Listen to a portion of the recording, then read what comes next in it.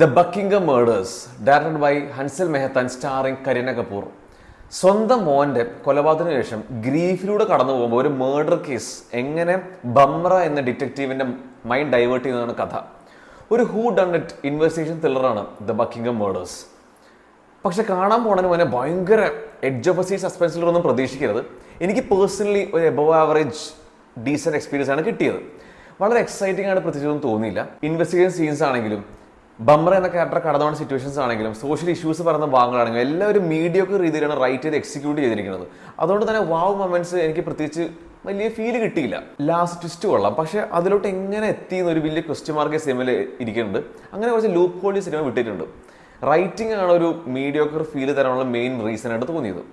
Visuals, colouring, costumes എല്ലാം വളരെ നന്നായിരുന്നു. എഡിറ്റിംഗ് ഒരു ഡീസെൻ്റ് ആയിട്ടാണ് അനുഭവപ്പെട്ടത്.